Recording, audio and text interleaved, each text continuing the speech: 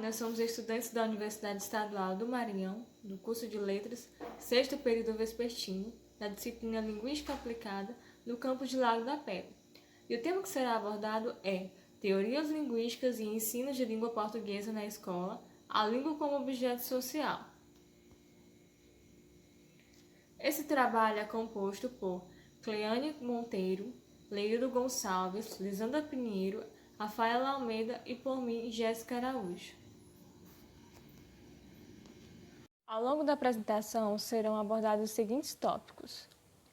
Tópico 8. Ancoragem teórica da ação pedagógica e considerações iniciais. 9.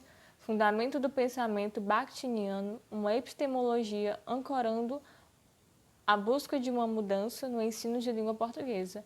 10. O conceito de gêneros do discurso, desdobramentos teóricos e implicações pedagógicas. 10.1. O texto na sua condição de texto enunciado, unidade da interação humana. 10.2. Os gêneros do discurso, mediadores da interação e da produção de sentidos. 10.3. Implicações pedagógicas dos gêneros na aula de língua portuguesa. 11. Fundamentos das teorias de letramento, a compreensão da língua escrita sobre o novo olhar, implicações dessa compreensão no ensino de português na escola. 11.1. Significados do letramento na sociedade contemporânea. 11.2. Modelos, práticas e eventos de letramento. 11.3. Um fecho, implicações pedagógicas em se tratando da aula de língua portuguesa. 12. A prática de análise linguística. E, por último, elaboração didática, um olhar praxeológico. No início da apresentação do trabalho, eu vou falar a respeito do tópico da unidade 8 e da unidade 9. Então, na unidade 8, que se trata da ancoragem teórica da ação pedagógica, nessa parte do livro traz pontos, dá uma recapitulação daquilo que foi abordado nas unidades anteriores, tais como a preocupação que a linguística aplicada contemporânea tem com os problemas linguísticos socialmente relevantes. Também coloca a reflexão sobre o ensino e a modalidade da escrita nas escolas, com uma preocupação com buscando melhorar a formação escolar.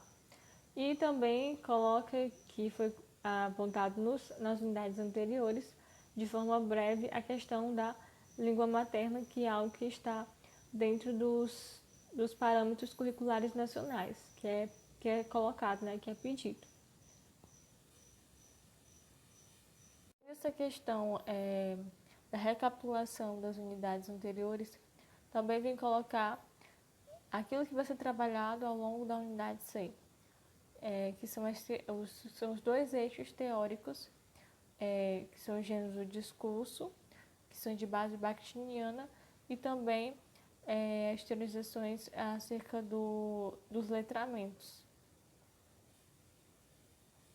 Falando agora a respeito dos fundamentos do pensamento bakhtiniano, uma epistemologia ancorando a busca de uma mudança no ensino da língua portuguesa. Então, antes de mais nada, eu vou falar a respeito dos ciclos de Bakhtin. E o que seria esse ciclo? Esse ciclo era um grupo de pensadores, de filósofos que se reuniam para debater alguns assuntos. E dentro desse ciclo tem-se o Voloshinov, o Medvedev e o Mikhail Bakhtin, que é o mais famoso deles. Então, nas obras que são escritas por esses escritores, é chamado o ciclo de Bakhtin, embora, então, pode-se haver um questionamento. Se haviam três nomes ali, nesse ciclo a serem destacados, porque somente o Mikhail Bakhtin está ali à frente? Por que o nome dele foi escolhido? Pelo fato dele ser o que mais escreveu, o que mais se destacou, embora haja polêmicas envolvendo essas questões, mas o Mikhail Bakhtin é aquele que é o mais famoso, digamos assim.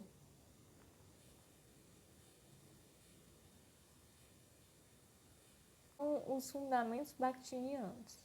Bem, a concepção de linguagem como interação humana, em que os sujeitos situados historicamente se constituem e dialogizam com o outro, tem função como fundamentos a relação constitutiva com a situação social e com a relação constitutiva com a ideologia.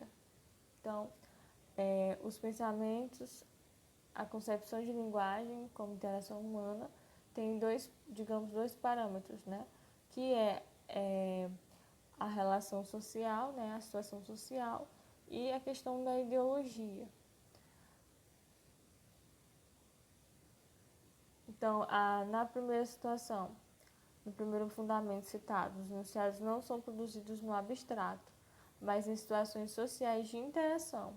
Então, essa situação social mais ampla determina a constituição do enunciado, pois as esferas sociais, como a escola, a questão da religião, da ciência, e o participante da interação, como elementos constitutivos da interação, moldam os enunciados. Os elementos linguísticos, com seu relativo significado, tomam sentido na interação.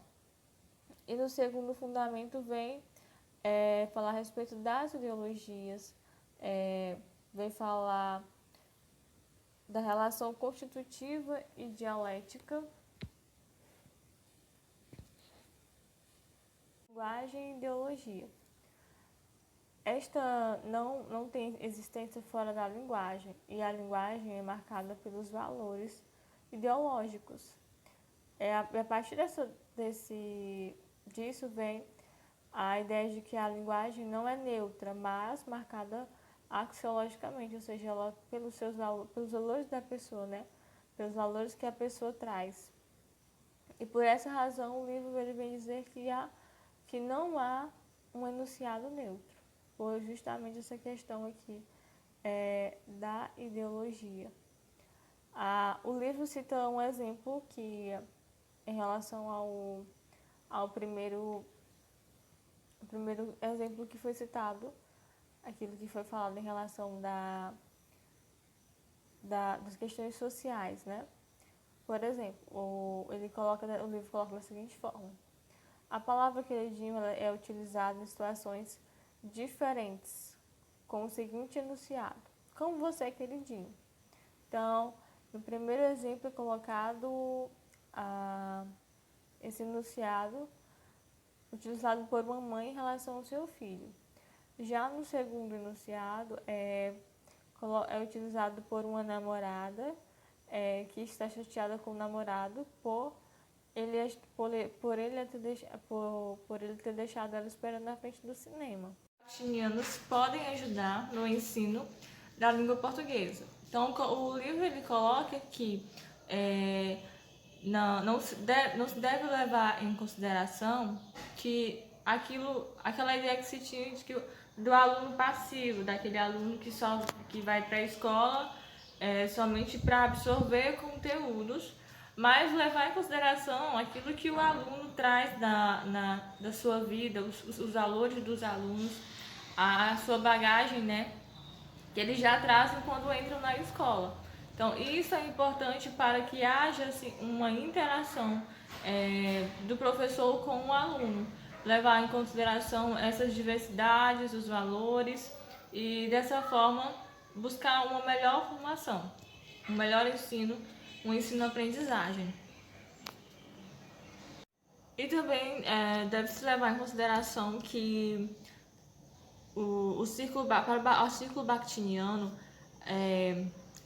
a linguagem acontece a partir dos processos internacionais e dos usos sociais da linguagem. É possível repensar conteúdos de ensino e aprendizagem relevantes para a inserção das pessoas nas diversas medidas pela linguagem, nos processos de produção e também de recepção de discursos que se podem por meio da escuta, da leitura e produção textual.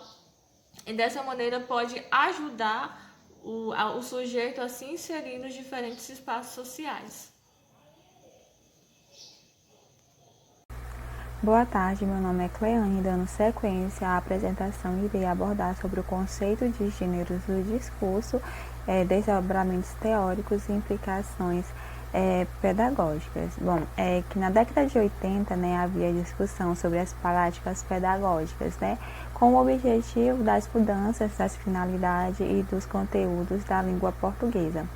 Só que a partir da década de 90, né, foi que iniciaram os modos de operação dessa nova perspectiva, ou seja, sobre essa elaboração didática, né, por um processo didático e como reagiria sobre a releitura das finalidades e dos conteúdos da disciplina propostas na década anterior, ou seja, na década de 80, e apontaram o gênero do discurso como um dos elementos importantes da releitura da proposta de ensino da linguagem de natureza operacional e reflexiva.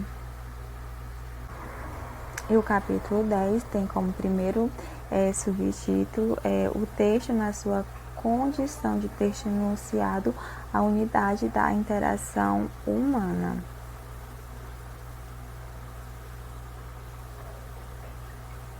O qual aborda a relação constitutiva entre os usos da linguagem e as atividades humanas. O uso da língua materializa-se na forma de enunciado, pois o discurso materializa-se na forma dos enunciados concretos e singulares pertencentes aos sujeitos discursivos de uma ou outra esfera da atividade humana.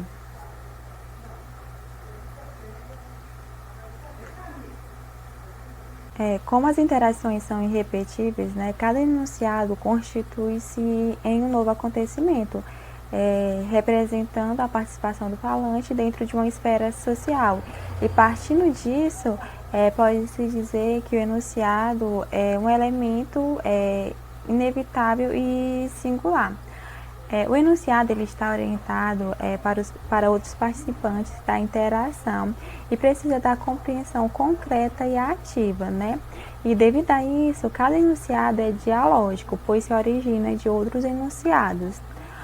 Cada enunciado ele apresenta sua finalidade, apresenta um tempo, seu estilo e o modo de abordagem. E pode dizer-se que as diferenças da interação do indivíduo interfere sim na produção dos enunciados. Cada enunciado é dialógico e esse dialogismo é o princípio da constituição dos enunciados, na qual o enunciado e a situação social estão correlacionadas, pois o discurso como fenômeno da comunicação social é determinada pelas orientações sociais e há um vínculo entre o enunciado e a situação social, uma vez que todo enunciado é composto por suas dimensões, por duas dimensões. E essas duas divisões, a primeira é a divisão verbal, que fazem parte dessa dimensão o horizonte espacial e temporal do enunciado, o horizonte temático e o horizonte axiológico.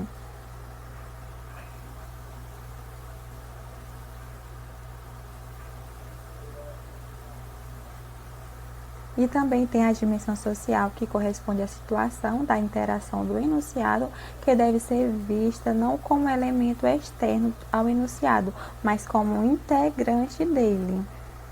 E para o círculo de Bakhtin, né, se desconsiderarmos essa dimensão social, perdemos a noção de enunciado, pois é abstraída da situação da interação. E a dimensão verbal perde a sua condição de unidade de interação para se tornar uma estrutura apenas textual. Gêneros dos discursos mediadores da interação e da produção de sentido. A relação entre enunciado e gênero para Bakhtin Os enunciados eles são construídos a partir dos gêneros do discurso e tentou, né, Bakhtin ele tentou entender esses aspectos através das interações humanas. Bakhtin ele estabelece o uso da linguagem das atividades humanas. Todas as esferas da atividade humana estão relacionadas com a linguagem, ou seja, não há interação sem a linguagem, que se materializa nos enunciados produzidos nas interações. Os enunciados, eles refletem as condições específicas e as finalidades dessa esfera, ou seja, o conteúdo temático, o estilo, a composição do enunciado, que estão correlacionados às condições específicas e as finalidades dessas esferas. Bakhtin ele salienta que o enunciado ele se caracteriza por 3 dimensões, que é o tema, que é referido a objetos e sentidos, o seu estilo, que é a relação dos discursos léxicos e gramaticais da língua para os enunciados verbais, e a sua composição, que é a seleção dos procedimentos composicionais para a organização, a disposição da totalidade discursiva. Em relação ao tema, né, ao conteúdo temático, observa-se que cada esfera social ela tem sua orientação específica para sua realidade, seus objetos de discurso, sua função, sua função sociológica específica, e já o estilo diz respeito ao uso típico, né, dos recursos léxicos, gramaticais.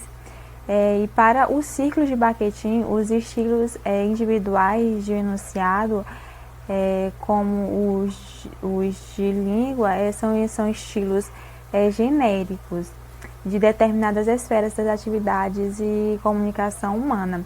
Bakhtin também ele salienta que onde existe um estilo, existe um gênero, pois o estilo de enunciado é o do gênero no qual o enunciado se encontra construído, e já a composição do enunciado diz respeito aos seus procedimentos composicionais determinados para a organização, a disposição, a combinação, para levar em conta o autor e os outros participantes da comunicação discursiva.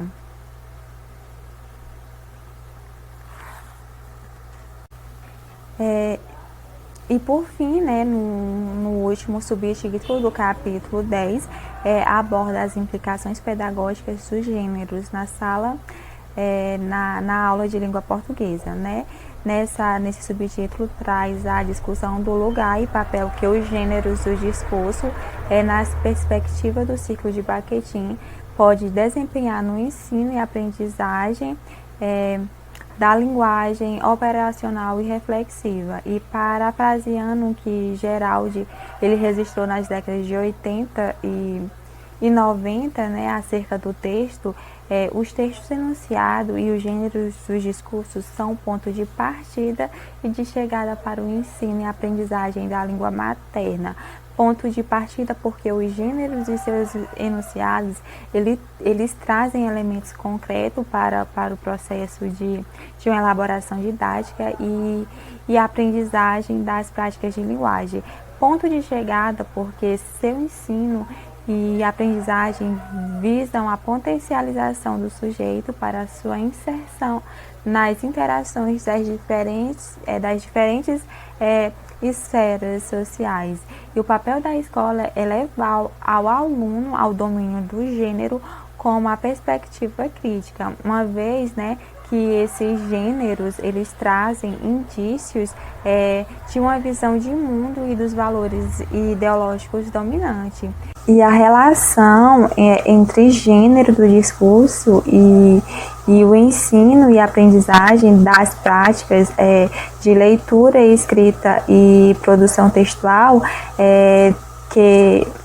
que toma conta como um foco de questionamento se o gênero ele se constitui como um objeto de aprendizagem, nos leva a afirmar que os objetos de ensino e aprendizagem são as práticas de linguagem constituindo os gêneros, né, do discurso como parâmetros para o processo de uma elaboração didática dessas práticas.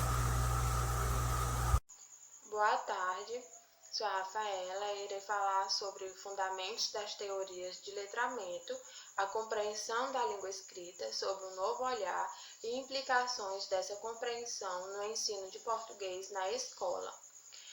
Então, os estudos relacionados sobre esse fenômeno de letramento surgem aqui no Brasil na década de 1990 por meio de duas estudiosas da linguagem que são importantes, que é Angela Kleiman e Magda Soares. Mas o termo letramento ele é usado de fato com mais visibilidade pela linguista Maricato com a obra No Mundo da Escrita, uma perspectiva psicolinguística. E a autora Maricato, ela se ocupava em algo que era discutir a modalidade oral e escrita da língua, fazendo então referência à fala pré-letramento e pós-letramento. Significados do letramento na sociedade contemporânea. Angela Kleiman organizou uma importante obra que foi os significados do letramento. E no capítulo inicial desse livro, ela discute sobre as expressões letramento, os significados, divulgando algumas concepções de autores como Shirley He, Brian Street, Ravi Graf, né? E no ano de 1998, Magda Soares escreveu a obra Letramento, um tema em 3 gêneros. No final do primeiro capítulo, a Magda Soares ela coloca que os sujeitos analfabetos, os sujeitos analfabetos que fazem o uso da escrita são de alguma forma letrados, por mais que eles não conheçam ou dominem o código. Dentre outras definições mais clássicas, letramento consta no verbete como sendo um conjunto de práticas que denotam a capacidade de uso de diferentes tipos de material escrito.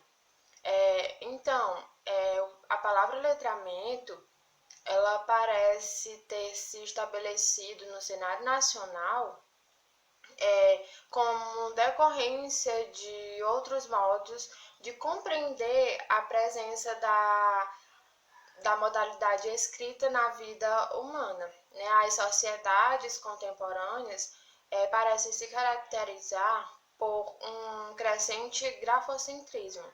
Né? Esse grafocentrismo, a sociedade grafocêntrica é aquela em que a escrita é parte constitutiva das mais diversas atividades do nosso dia a dia. Há textos escritos em muros, outdoor, camisetas, papéis, cartões, livros, livrinhos e livrões.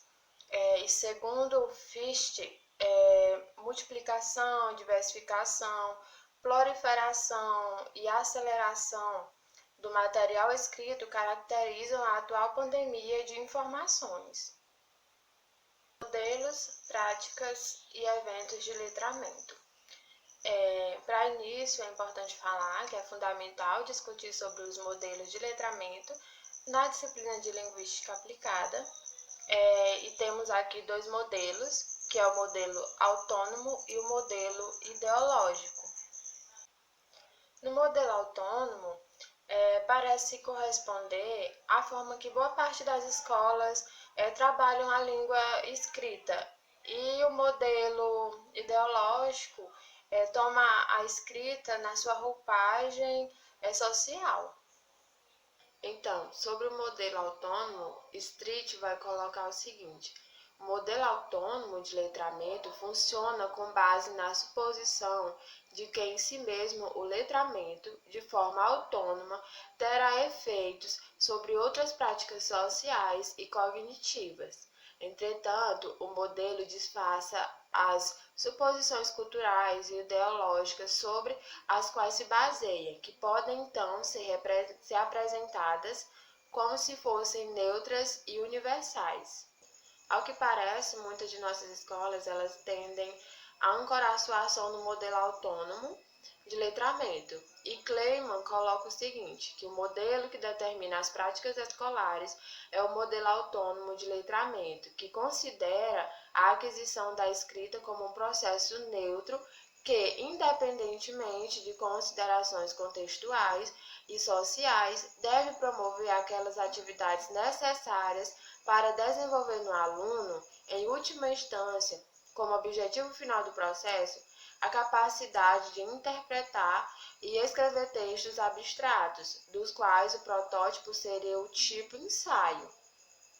E sobre o modelo ideológico, Street coloca o seguinte: o modelo ideológico alternativo de letramento oferece uma visão com maior sensibilidade cultural das práticas de letramento, na medida em que elas variam de um contexto para outro.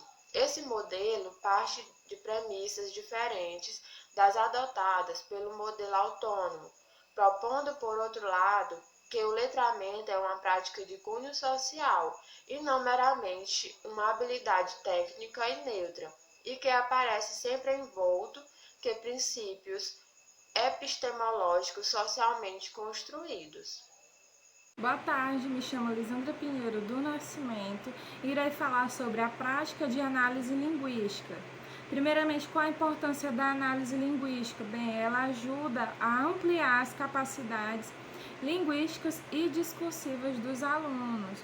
A análise linguística, ela é a prática de decomposição de enunciados da fala quanto por meio da decomposição de textos escritos. É a prática de decomposição de uma determinada língua com o objetivo de compreender seus traços distintivos, significativos e o seu funcionamento. Para fazer a análise linguística, é necessário seguir algumas etapas, né? A segmentação, que é a divisão de partes, a discriminação, que é observar em que se diferem, a comutação, que é comparar os signos linguísticos para observar sua recorrência em determinada posição e o porquê desta recorrência em uma forma e não em outra. E a explicação, que é a interpretação, explicar e interpretar o funcionamento da língua. Essa análise ela nos permite entender que o signo linguístico não tem valor por si só, mas adquire valor dependendo do lugar em que ele ocupa.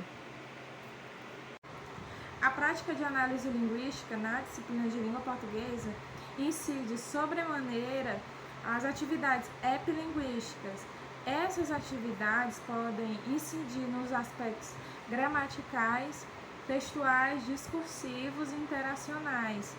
O trabalho com a prática de análise linguística não é a negação do ensino da gramática e da aprendizagem, mas a mudança da concepção de gramática e de sua finalidade na escola, bem como a ampliação que inclui, além de reflexões sobre gramática, reflexões sobre aspectos da linguagem para processos interacionais.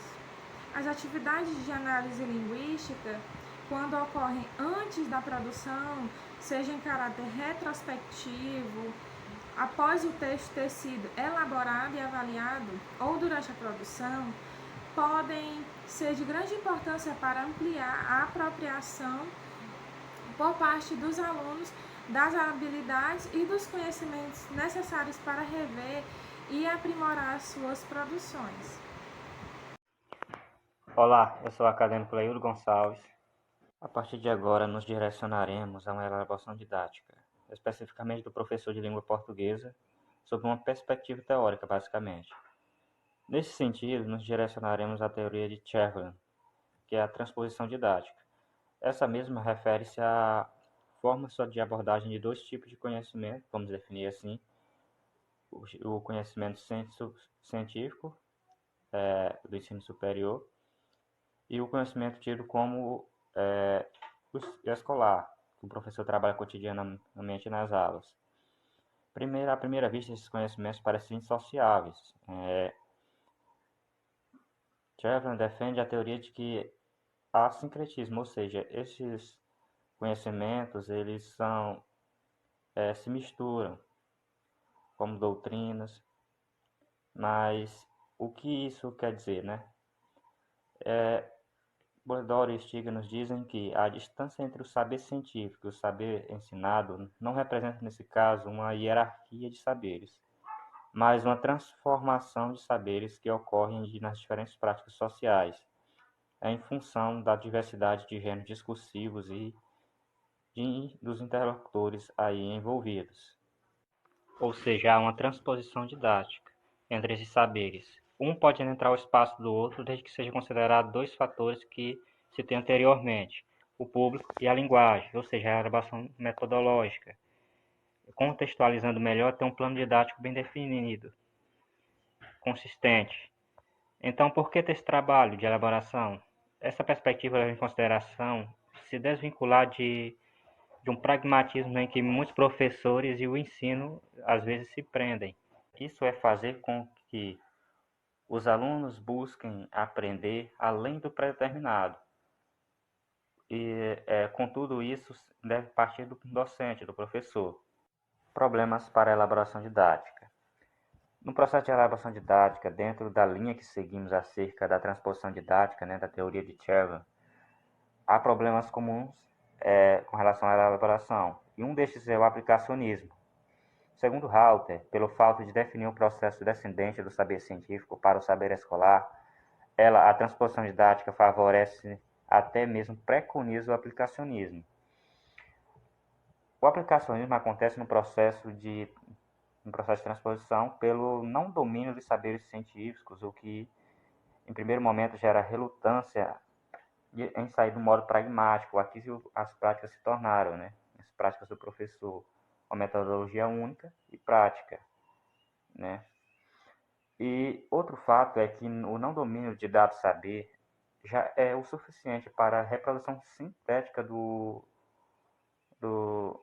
vista na esfera original, Nesse sentido, o processo de elaboração didática é falho, por não considerar dois fatores que mencionei anteriormente, dois aspectos, que são o público e o discurso. Ou seja, a linguagem metodológica para alcançar aquele público, a linguagem que o professor deve adotar para ter um alcance ali nas aulas. Isso não significa que todo conhecimento científico deva ser ensinado, ou seja, transposto, mas que se deve dar um aprofundamento, um direcionamento, a fim de fazer o aluno compreender, pesquisar, constatar fatos, isso dentro do contexto da disciplina de língua portuguesa, em que o professor, como já conhecedor do saber científico, tenha já direcionado o aluno a pesquisar e construir um próprio conhecimento, já num conhecimento científico.